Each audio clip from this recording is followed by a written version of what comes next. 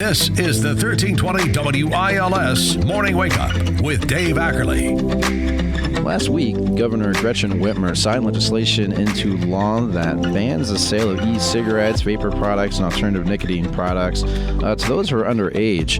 Lana Theis, the state senator out of Brighton Township, was one of the leading advocates of that legislation, and she joins us today on the other line. State Senator Lana Theis, welcome to the Dave Akerly Show.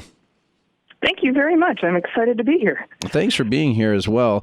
So we're going through this now, and the main premise of this legislation was that the vaping products, the new electronic cigarettes and things like that, were banned under this legislation to children under 18, minors, etc.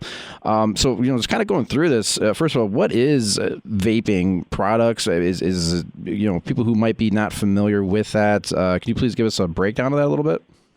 Well, first off, I'd be very surprised if there are very many people who aren't familiar with it at this point, unfortunately, because it's just become so incredibly widespread. Mm-hmm. But the vaping products travel from just the tobacco oils to marijuana oils at this point, and that was actually part of the problem. Students were using these e-cigarettes to vape marijuana while sitting in the back of classrooms because amazing. These products were available to them to purchase over the counter anywhere. We were one of the very few states in the country where this was fully available to them to purchase legally with no penalties to any of the retailers. And so that's one of the reasons why I was advocating for it. I was neither the sponsor of the bill nor the chair of the committee, but when I started hearing about what was going on, I just about lost my mind. I had no idea that this was going on, and it's growing faster than you can possibly imagine, the use of it, and people believe that it's that it's not. I shouldn't say healthy, but that it's not harmful.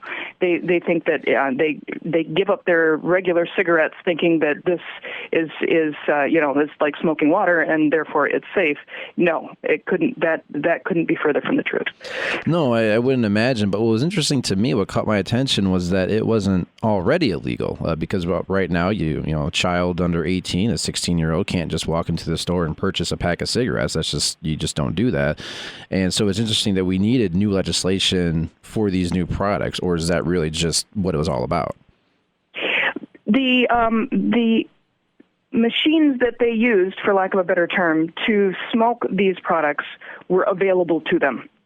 So that's what we were trying to do was make that not available to them any longer. And so we had the schools asking us, because what was happening is the schools were taking them away, and the kids were going back to the store and buying more or whatever, and getting them as they and having them available to them the very next day. And wow. The schools had absolutely no recourse whatsoever. But one of the really cool things that had happened for me is I went to a meeting on this legislation. Heard actually the American Cancer Society advocate against the bill because they wanted it taxed, and I couldn't figure out what was going on with that. I was very frustrated, but found out that they would have gotten some of the money for that, so I was frustrated, but let's just put that one aside. But then I went to a community hearing on it, and some kids from Pinckney High School came, and God bless them, were talking about it and talking about what was going on with it in their high school with respect to this, and I invited them into Lansing to speak. And these kids, I was just so amazed at their courage, came and testified the next week before committee in support of this legislation. They did it in the House as well, and we got the bill passed out of the House and the Senate, and as you said, the governor just signed it. So what an incredible success story. Yeah, I saw that in the student organization. I believe it's called Students Leading Students out of Pinckney High School there, which is in Livingston County, which is your district. Did they come uninvited? Were they just there on their own will to bring advocacy to the legislature, or was there something else behind the scenes? I specifically invited them after going to this community meeting because I heard them speak, and I thought that when groups like the American Cancer Society come out and speak against this kind of a bill, the senators need to hear what's going on in the schools from the kids. And I thought, what better opportunity both for the kids and for the senators to hear directly from each group.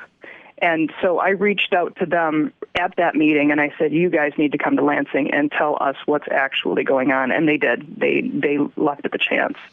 Well, nothing better than hearing it right from the source itself. It's something encouraging, certainly, for students to come out there to the state capitol to, advocate for or against something, I suppose, in this case, against the vaping products and alternate nicotine sources, I suppose. And so right now, this legislation is law.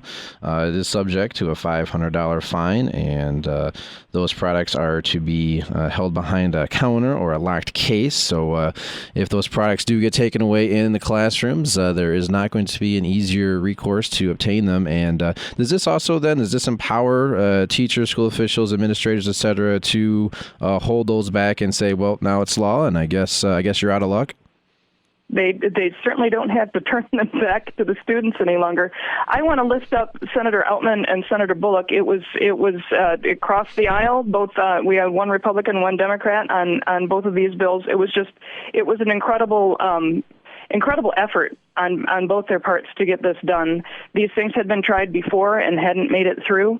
And then with the students coming forward and testifying, I didn't testify before a committee until I was an adult. And I think I was in my 40s before I had the courage to do that. So it was just what an incredible success story. And if changes need to be made, let's go ahead and do that later. But the first thing we need to do is get these tobacco products that are spreading like wildfire. We need to get them out of the hands of the youth, and now we're doing that.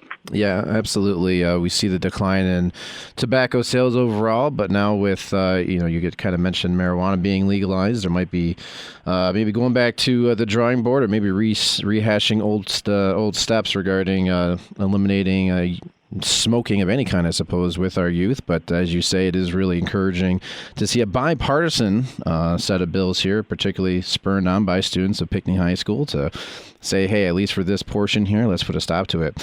State Senator Lana Theis. There might be a decline in tobacco sales. There is not a decline in e-cigarette sales. Wow. Well, I guess that is increasing exponentially. Well, I remember the Truth campaign, and so maybe they'll get started back up with those. I mean, who knows? Certainly with the science out there, the ill effects on our health. Hopefully it's not promoted anymore. But State Senator Lana Theis, thank you so much for joining us. I know you said you weren't on the sponsor of the bills, but you were there advocating nonetheless, and made it through your committee and subsequently through the House and the Senate, and signed by the governor last week.